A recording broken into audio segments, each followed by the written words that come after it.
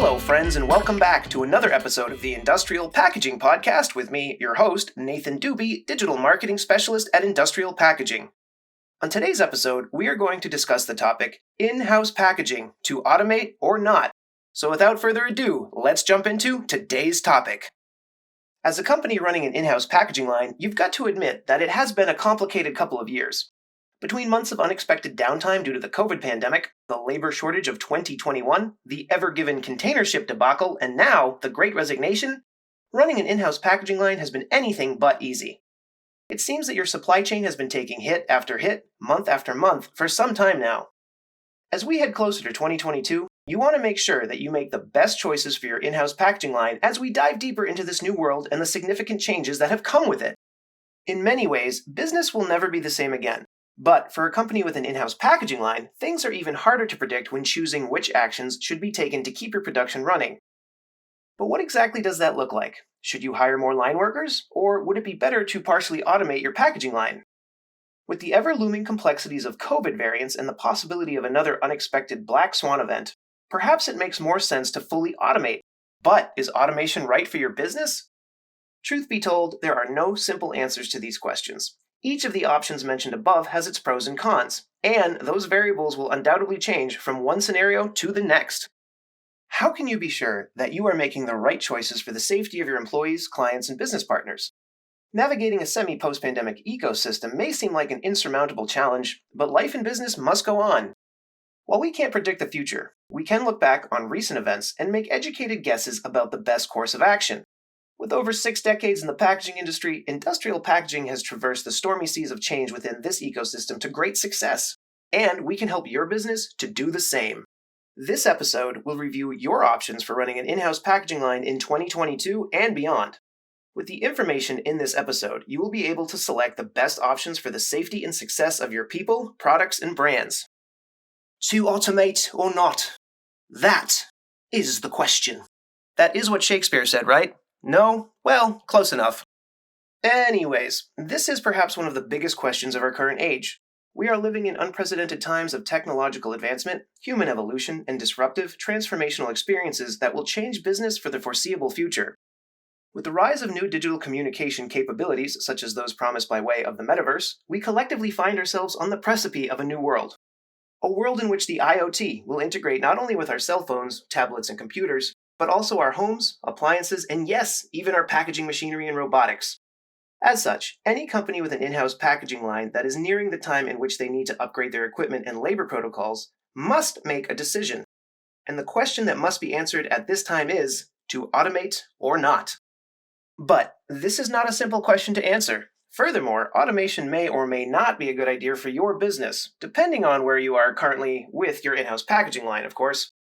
Right now, you have 3 main options when it comes to setting up your packaging line for success in safety and profitability. We will review these 3 options next. Hey everyone, just a quick interruption to today's episode. If you're enjoying this content, please hit that subscribe button below. Thank you in advance for your time and consideration. Okay, option number 1, minimal automation with an expanded temporary workforce. Your first option when it comes to your in-house packaging line is to keep your current equipment or upgrade to new or refurbished models of the same machinery while expanding your workforce. Depending on the age of your equipment and the financial investment in expanding your human labor, this may be the least expensive option currently available to you. And by expanding your workforce, you are creating new jobs for the local economy. With that being said, there is no guarantee that you will be able to source the required workers needed. As we enter the 4th quarter of 2021, many companies continue to fail at finding new workers due to the labor shortage that all businesses have been fighting this year. And this comes on the back of the arrival of the Great Resignation. Hold up, the Great Resignation? What is that? More commonly known as the Big Quit, the Great Resignation is the continual trend of employees voluntarily quitting their jobs. This has been occurring from spring 2021 to the present day as a response to the COVID pandemic. The name Great Resignation is most commonly attributed to a man named Anthony Klotz, a professor of management who teaches at Mays Business School of Texas A&M University. No one knows for sure how long this trend will last, but one thing is for sure. At this current time, it is a risk to lean heavily on human labor as American businesses battle to gain and keep good help and quality employees. However, as unemployment and pandemic relief benefits have largely come to an end, many workers are returning to the workforce and seeking employment. Only time will tell if choosing to stick with mainly human labor versus automation will make the most sense. It is advised that you develop a network of temp work agencies that you can work with if you primarily rely on human labor. This will allow you to access workers as needed and increase the likelihood of sourcing laborers to achieve your business goals. Okay, option number 2, semi-automation with reduced human labor. Your next option is to partially automate your packaging line. This would be the combination of semi or fully automated packaging machines and collaborative robots that work in conjunction with human laborers. By semi or fully automating your packaging line, you can decrease the number of human laborers in your warehouse. This will result in better performance in hitting or exceeding your KPIs. Automation is also good for reducing the likelihood of transmitting viruses such as the COVID variants, the flu, or the common cold.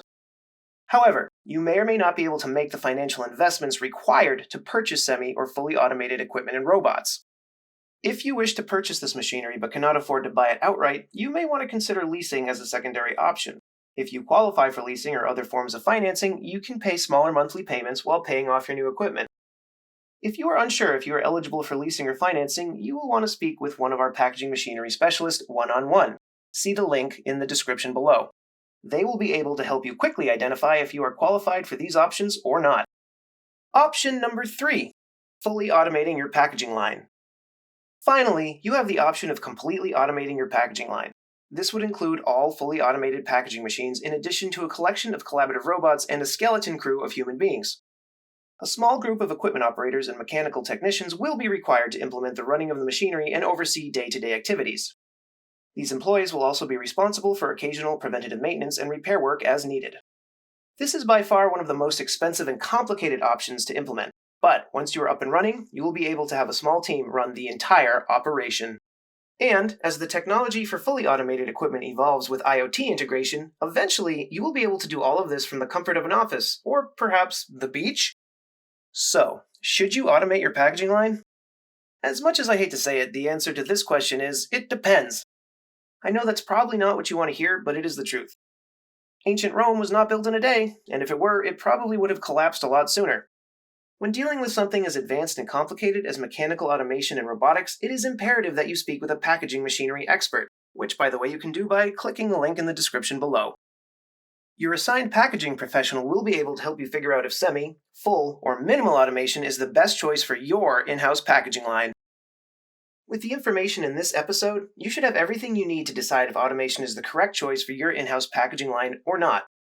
But you're probably wondering, how can automation benefit your business? Would you like to learn about the various ways in which automation can improve your packaging line? Suppose you want to learn more about the benefits of automated packaging machinery and robotics for your company.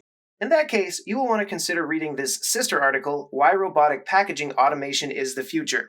See the link in the description. With the information in this article, you will be able to decide if automated packaging machinery and robotics are right for your business or not. Well, friends, we are done with another episode of the Industrial Packaging Podcast with me, your host, Nathan Dube, Digital Marketing Specialist at Industrial Packaging. I hope that you enjoyed today's episode, and I hope that you will come back for the next one. But until then, I hope you have a great day, and we'll see you next time.